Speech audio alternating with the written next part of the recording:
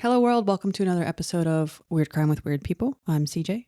I am Harry Handbags. That's pretty funny. It's a celebrity alias. Is it? Yes, it is. I was quite excited when I found it. Yeah, I love that for you. Thank you. Thank you. You're a celebrity in our house. Sure.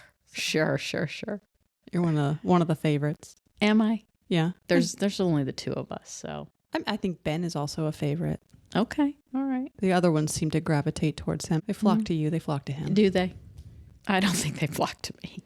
Didn't all three sheep? The sheep did, yeah. And Lois. That one time. And Lois is unhealthily obsessed and stalking me. Yeah, that's very true. Like, I'm going to have to take out a... Well, that's why you have to have the aliases. It is. Like, this is why you have to do this. Yeah. Because of the cat. It's uncomfortable for me. Tonight, we're going to be talking about a guy named Edwin Rist. Wrist? Like the part of my body? R-I-S-T. So, yes. It has a W in it. The part of your body has a W in it.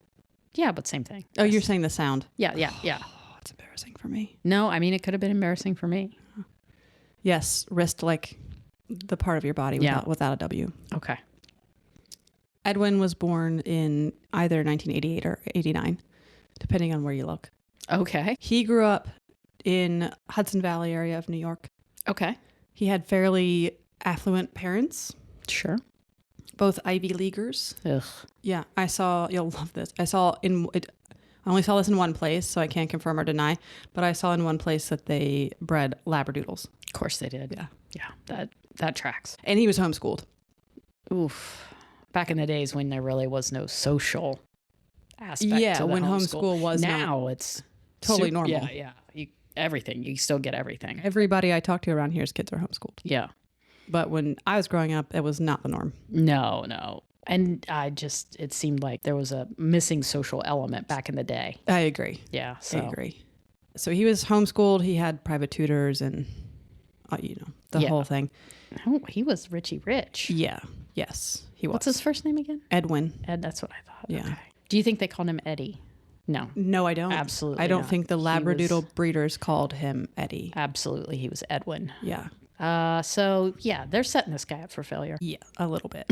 They put a lot into him. Sure. So he became a very entitled person. Yeah, that's what happened. Yeah. That's what I meant. Yeah. Oh, okay. Yes. They're not setting him up for success. No. He's going to have a very inflated sense of self. Yeah. At 10 years old, he discovered the flute and became very fixated on playing the flute. Does fixated mean that he was also good at it? He was very good at it. Okay. All right. He trained constantly. His parents, as you can imagine, got him private teachers. Sure. He started winning competitions. He was very good. And He's the Lizzo of his day. Yes. And he wanted to... Is she my age too? I do. Was she the Lizzo of her day? Lizzo is also 38 years old and was born in 1988. Ugh. Lizzo and Edwin were both becoming flautists at the same time. So he was not the Lizzo of his day. She was the Lizzo of his day. Ugh.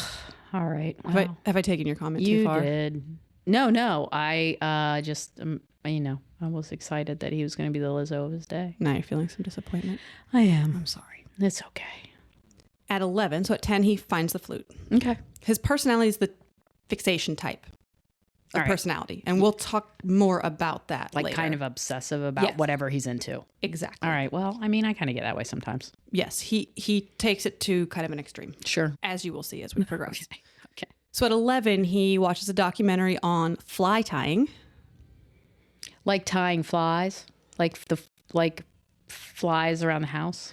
No, like I'm going to go fly fishing. Sure. And I need a fly for my fly fishing. Mm-hmm. I don't know why the 11-year-old was watching the documentary on fly tying. I mean, his people might be fly fisher people. I feel like that's kind of a Richie Rich sort of situation. Edwin never fishes. He doesn't seem like the type just generally. And he doesn't seem outdoorsy. Not at all. Yeah. He never fishes, but he becomes extremely fixated on fly tying, just like he is extremely fixated on playing the flute. I feel like there was a show or a movie where a guy tied string to flies. He was like an ancillary character, and then he put him in the freezer, or he put him in the freezer so he could tie the string on them, and then he would get them out because, you know, they come awake again. And then he had them on like little string leashes. This is weirdly ringing a bell for me too, but I could not tell you what it's from. I think I even know which guy it is, but I have no idea what his name is. He's like an ancillary character in a bunch of stuff. He's older, like he's in Murder, She Wrote and stuff. So that's a mystery we'll try to solve after we do this because I'm interested. Okay. Edwin zeroes in on Victorian salmon fly tying, which is a very niche version of fly tying. Okay, yeah, all right. It requires extravagant feathers. Do we know what documentary he saw? I don't know. Maybe it's so interesting that we too would become really into that. I don't want to even open that door into our lives. Oh, well, there goes all our fun.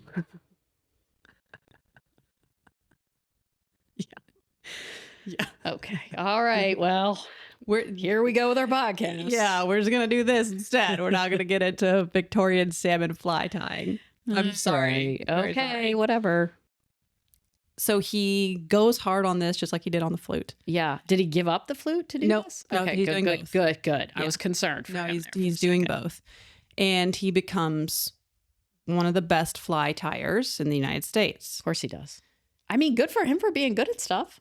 Not arguing that at all. Definitely not. Good for him. Yeah. He found things he liked and he went hard on them. The salmon fly tying, like I said, is a, I don't want to say different level of fly tying, but it's a more specific, more intricate, more artistic version of fly tying. It's not like if I went down to the river where they're fly fishing, like most of the people wouldn't be using. These flies never see the water. These are display pieces. They're considered art. Okay. All right. Yes. Okay. In 1895, a guy named George Kelson published a book called The Salmon Fly, which kind of became the Bible for the salmon fly tyers. These flies have what they call recipes. So the feathers that you need, the different parts you need to build this kind of fly, that kind of fly. And a lot of these recipes came from this book and other places. Okay. The other thing that was happening around this time of 1895 when this became a bigger thing. Was it always just art? It was never you. Okay. No, so the artificial flies were created as bait for fish that feed and hunt on the top of the water. Okay. So they're still, like my dad has a bunch, as you can imagine, because you've seen his fishing stuff. They're still used in fly fishing. Okay. It just so happens that this specific type is more of an artistic endeavor as opposed to the more basic kind that don't require these like really exotic pieces of feather or fur or silkworms. Particular type that he's using has always just been art. Okay. Yes. In 1895, it basically in the later part of the 19th century, early 20th century. The other thing that was going on is that women, especially aristocratic women, also wanted all of these feathers for their hats. Yeah. So at the time, there was a lot of demand for these fancy feathers to the point that the birds started to get near extinction. Yeah, that sounds right. The Audubon Society was like, stop it. Yeah, all that tracks. So when Edwin is trying to make these flies, the materials are hard to get. Mm-hmm. But by the time he's 15, he's established connections with zoos and aviaries that have allowed him to collect these feathers. Mm-hmm. So he is able to really excel at this fly tying, become sort of a celebrity in this little tiny, tiny niche world. He even publishes a book. Goodness gracious. On fly tying. At 15? I believe so. I believe he published it at 15. That being said, as we talked about, he was still going hard on the flute. Sure. As far as what he wanted to do professionally, flautist. Okay. Not professional fly tyer. I actually don't even think that's a thing. I mean, except for if you're making them so people can actually fish with them. Yeah. But the kind he's into, it's not he's not having a career in this, but he wanted to have a career as a flautist. So he goes over to London. Mm-hmm. He's accepted to the Royal Academy of Music. Yeah. All right. Get it, Edwin. Yep. And he leaves the U.S. and goes to London to attend there. When he does this, he is unable to take his fly tying supplies. Oh, boy. So he goes overseas and really focuses hard on his flute. And then in 2008, because he and I are now in college age, so that's when he's going over there. Sure. As we know, the financial crisis struck.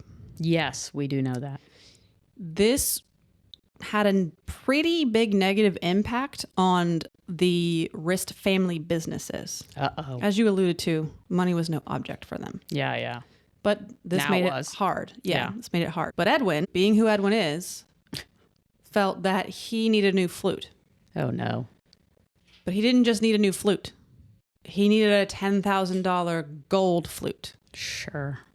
And he wanted to get back into fly tying. Like, he didn't want to lose his status in this arena just because he went to college. I mean, he's a celebrity. Exactly.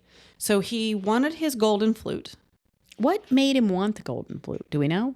I don't have a clue. Okay, I didn't know. I'm guessing status. I don't Another know. documentary or... No, nothing that it just everything was like he wanted this gold flute, but it didn't give a real reason as to why. Yeah. I'm guessing status. It seems unnecessary. Golden flutes and ornate supplies for the Victorian salmon fly tying Right. all require way more money than your average Joe is going to have. Certainly that Edwin had at this time while he's in college and his family's going through this financial crisis. Yeah. Can he sell his fancy flies? He does not sell his fancy flies. No. He does. I don't know if he could or not. I just feel like I could get one for your dad to like hang on his wall. Yeah, my dad would think that was rad. Right. See, that's what I mean. I don't think he was parting with his fancy flies. Right. Okay. But if he had the really cool, rare supplies to make the fancy flies, he could sell those to other fly tyers. He could sell the supplies. He could sell the supplies so the other fly tyers could make their fancy flies. Edwin doesn't seem like the businessman type. I don't know if he was the businessman type or not, but this is what he decided to do. Okay, I'm surprised by this. He decides this is going to basically kill two birds with one stone. He's going to get money so he can buy school things and his fancy flute. Sure. And he's going to get supplies so he can continue and reclaim his status in the fly tying world. Sure. He hears about, I think from a friend, a place called the Tring Museum, which is an outpost of the British National History Museum. Okay. They have a huge bird collection. All right. But it's not on view to general visitors. I mean, it's Okay. a massive... Like appointment only? It is for research. Okay. It's all a right. massive collection that is used for research. All right. It's only available, like you said, essentially appointment only for researchers and journalists Sure. on Yeah. request. In 2009, Edwin, using a fake identity that he got from like an Oxford student or something, I don't know how he got it, but it was an Oxford student fake identity. He posed as a photographer and he went in and he photographed all of these birds that he planned to steal, Oh my God. as well as, The whole bird? yeah, Good Lord, Edwin. because some of them are quite small birds. Oh, no, I'm sure. Yeah. Like the chickadees and stuff. Yes, yeah. Yeah. He photographs all the birds. He photographs the hallways. He photographs the entrances and exits, and he makes a plan for this break-in. He is using his white privilege for evil. Yes, he is. He has a document on his computer called Plan for Museum Invasion. Don't try to hide it, Edwin. A few months after his recon mission, Sure. after he plays a concert at school, Mm-hmm. he takes the hour-long train from London to Tring, Okay. and he goes to the museum, climbs a wall, Oh, boy. uses a rock, breaks a window, and gets inside the museum. Okay. He then proceeds to spend... There's like no alarms or... No, there was a security guard, but he was watching TV. Sure. So- So far, this is like scripted. He missed the whole thing, yeah. Yeah. Okay. He spent 3 hours inside that museum and stole 299 bird specimens. Many of these specimens still had the handwritten tag on them that the famous naturalist Alfred Wallace had written when he collected them. Hey, vey. And who stops at $2.99 and doesn't go for $3? Thank you. So many sources were like almost 300. I was like, it's $2.99. You need to be specific. Yeah. It's $2.99. I mean, I don't really know how he did that. I would have just grabbed anything. He had a suitcase with him some of them are tiny. I know, so I'm could guessing jam 300 in there. But he doesn't want to damage any of the goods. One more teeny tiny bird to make this a not $2.99. You're going to have to talk to him. Ugh, all right. You're going to have to talk to him. Maybe he wasn't counting. I don't know. Yeah, that can be the only reason this And he makes was no like, sense. gosh, dang it. If I had just counted and gotten one more, Yeah, could have had an even 300. yeah. That night, after he's done stealing the birds, he goes to the railway station, but he's missed the train. So he has to spend the night at the railway station. Ugh. The next day, he takes a train back to London, and the museum staff noticed a broken window on the ground floor. But they don't see any obvious damage inside the museum. Because remember, all of these birds, they were like in drawers in the back. Okay. So they don't notice anything. They're like, just some punk ass kids broke our window. Like, that's so lame. But they don't notice anything. It's not for a month that one of the curators finds the birds are gone. Yeah, that's bad. Yeah. For the next year, Edwin sells his goods.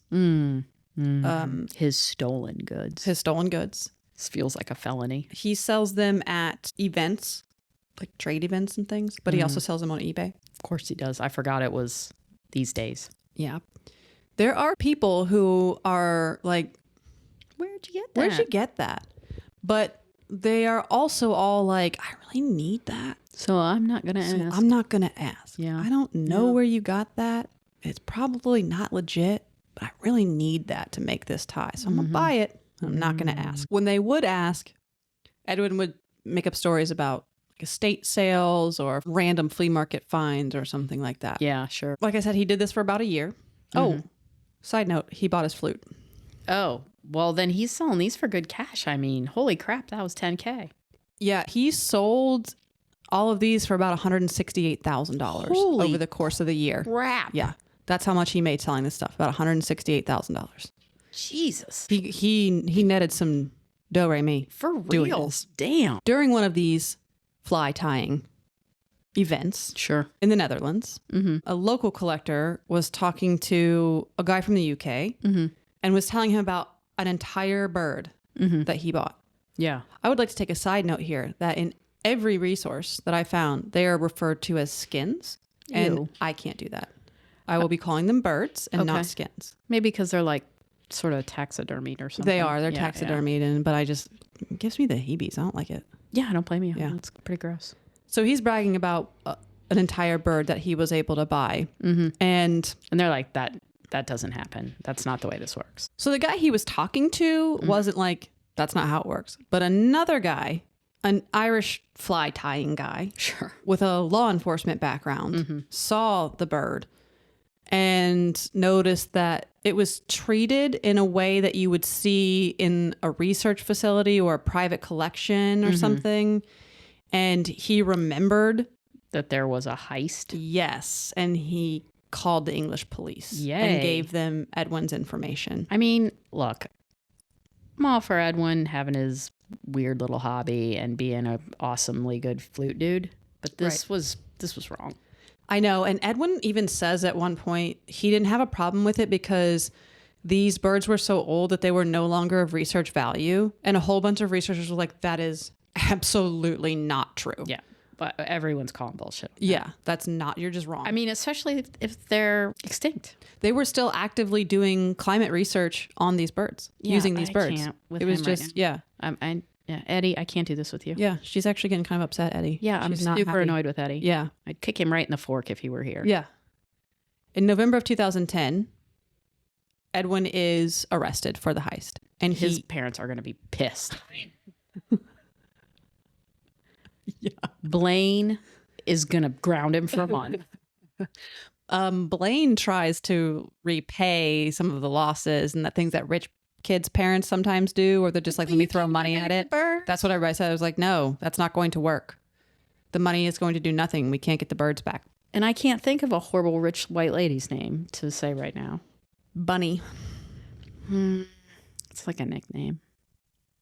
That's all I got. Yeah. That's all that came to me. God, my brain is, it's like a Karen, but of the rich, of the like 90s. Yeah. Are you ready to refocus? Or do you need Um, more time? I don't know. Like Blaine and Page? No. Page? No. But something like that. I have no idea. Me neither. Ugh, I hate myself for this. All right. Anyway, I digress. You do digress. I digress? Sorry, excuse me. You digress. digress. I'm so sorry. Excuse me. Edwin confesses immediately. He's like, yeah, I did it. Well, I mean, he's busted. Yeah. Good for him. Yeah. So he immediately confesses. Of the 299 stolen birds, Oh, no. 174 were still intact, but only 102 of those still had their tags attached. What did he do with the tags? He dismantled these birds. He plucked the feathers out. He opened the bodies up. But you said that 170 some were intact. Yeah, I don't know why on 72 of them he took the tags off. I don't know. When he removed the tags, they no longer had any scientific value anymore. Yeah. You know So what the hell they are, where they came from. Yes, What yeah. he's done to them. Exactly. Yeah. So even of the 102 that still had their tags attached, it's like, you have... Chain of evidence. Yes, we can never use these for scientific research again. We have no idea what you've done to them. You've completely contaminated. You've exposed them to. Exactly. Exposed these little birds. Edwin pleads guilty to burglary and money laundering. Oh, God. Money laundering even. Mm-hmm. So there's not a trial for his guilt or innocence, Okay. but there is going to be sentencing. Okay. As part of the sentencing process, Mm-hmm. Edwin is given a psychological evaluation. Okay. Yeah, sure. I So- mean, he seems pretty with it. Like, he made a couple bad decisions, the heist and, Yes, but do you remember how fixated he gets on things? yeah. I mean, I feel like I kind of know a lot of people like that. He kind of took it to a whole new level. Okay. All right. Sure. It I mean, look, it's always good to have the psychological exam. Simon Baron Cohen, the director of the Autism Research Center at Cambridge, Mm-hmm. did his psychological evaluation Okay. and diagnosed him with Asperger's syndrome. Okay. He said that his, quote, obsessional interest in the fly tying made him so over-focused on this art form that he developed a classical form of tunnel vision and only being able to think about the materials and the products he aspired to make, not about the social consequences. He's not making them. He's selling them. What the hell are we talking about here? He did both. But For this was to sell them. I know, I agree. Specifically. I disagree with this assessment. Look, you don't just randomly dismantle X number and then like move the label off and only get 299. Like, if you're obsessive all the way around. I'm not disagreeing with you. I just think, look, he may have some little something here or there, but I just think it would show up in a lot of other places that it doesn't appear to be showing up in now.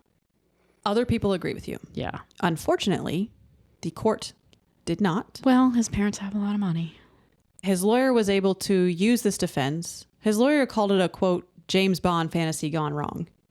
Oh my God. That's bullshit. Leaned on the Asperger's diagnosis and managed to get him a 12-month sentence that was suspended. Yeah, so this is such bullshit. Like, this is what makes it bad for anyone who has these things because, like, come on. I agree. This is bullshit. All he got was a 12-month suspended sentence, and he had to pay a restitution of $160,000, which was what he sold everything for. He had to pay that back. Yeah, I can't even with this dude.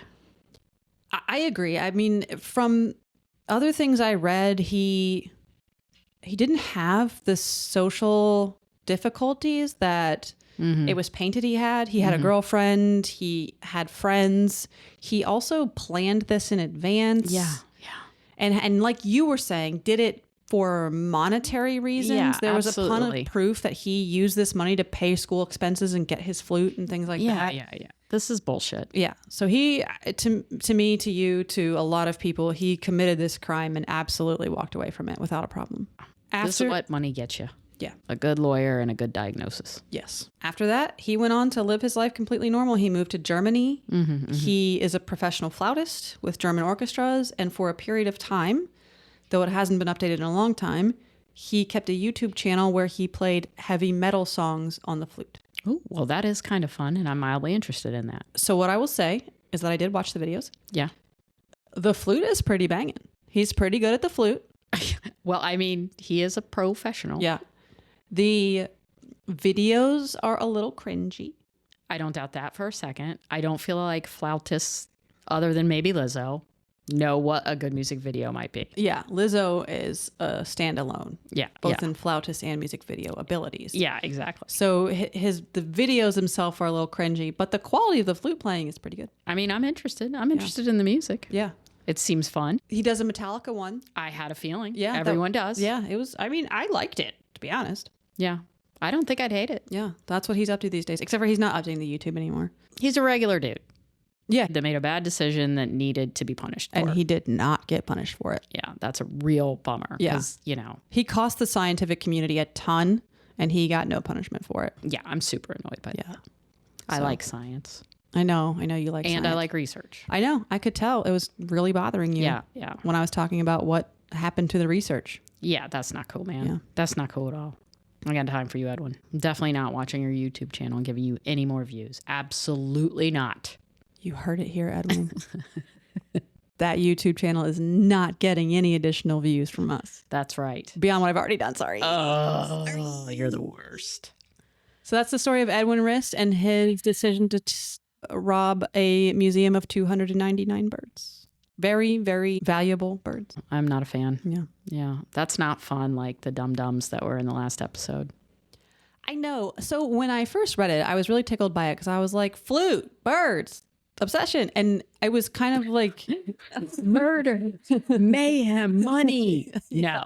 Flute, it was funny. birds. When I first read it, because I was like, this is so crazy. Like, what kind of 11-year-old is like, I'm going to get into Victorian salmon fly tying. Like, where is this going? And then I got further into it, and he didn't get any You ruined everything. consequences. Ruined everything, Edwin. Yeah. You didn't even get your hand slapped. Yeah. And then it was more of a bummer. Yeah. But it's Buh. still weird. It's super weird. It still fits the theme. Yeah, yeah. Oh, yeah, yeah, for sure. It's a weird decision. And what Edward's, he's Edward's still kind of a weird dude. He is kind of a weird dude. Yeah. I'm not saying that the Asperger's diagnosis was wrong. I don't know Edwin. Me I don't neither. know him. Maybe it is, maybe it isn't. Same. It's absolutely not a defense for what he did. Agreed. And it's absolutely not a reason for him to suffer no consequences. Agreed with all of that. 100% with you there. So shout out to the UK for dropping the ball on that one. Although we drop a lot Oh, yeah. bigger balls, so I'm not even gonna No, I can't criticize. glass houses and everything. Yeah. Yeah. All right. Well, Edwin ruined science for us all. Thanks, Edwin.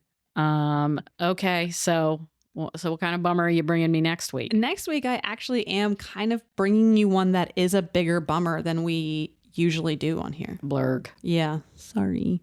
It is a little bit more crimey than. Okay. I mean, we All right. we Okay. talk about crimes usually, but they're not like that severe. I Sure, mean, sure, sure. Edwin ruined science for the entire world. Yeah, yeah, Not arguing that. yeah. But next week, we're going to talk about the Great Dalkin Shield cover up. Oh, I'm not going to give any more information than that, but I will say that it actually harms human people. Which I don't get anything. Like, I don't even know the words you just said. Like shield, as if like I had a police shield. No, it's medical based. It is a medical based malpractice situation that gets covered up. Ooh, And people do get hurt in it. And it does cause the death of people. but it's weird. To me, it's weird. All right. To me, it's weird. Sounds like we're cuspy here. Don't say we're cuspy. Sounds cuspy. Say we're cuspy. Sounds cuspy. Listen, you know what? Here we go. Here's what I'm going to do. I'm going to do this one next week. But since you say it sounds cuspy, All right. you have to pick the next one after that. Okay. I'm in. That's what we're doing. I'll find you something damn weird. Okay. I like it. That's what we're doing. Okay. All right. Join us next week for our cuspy episode. That's right. Cuspy. All right. Thanks for listening. Bye-bye now. Bye.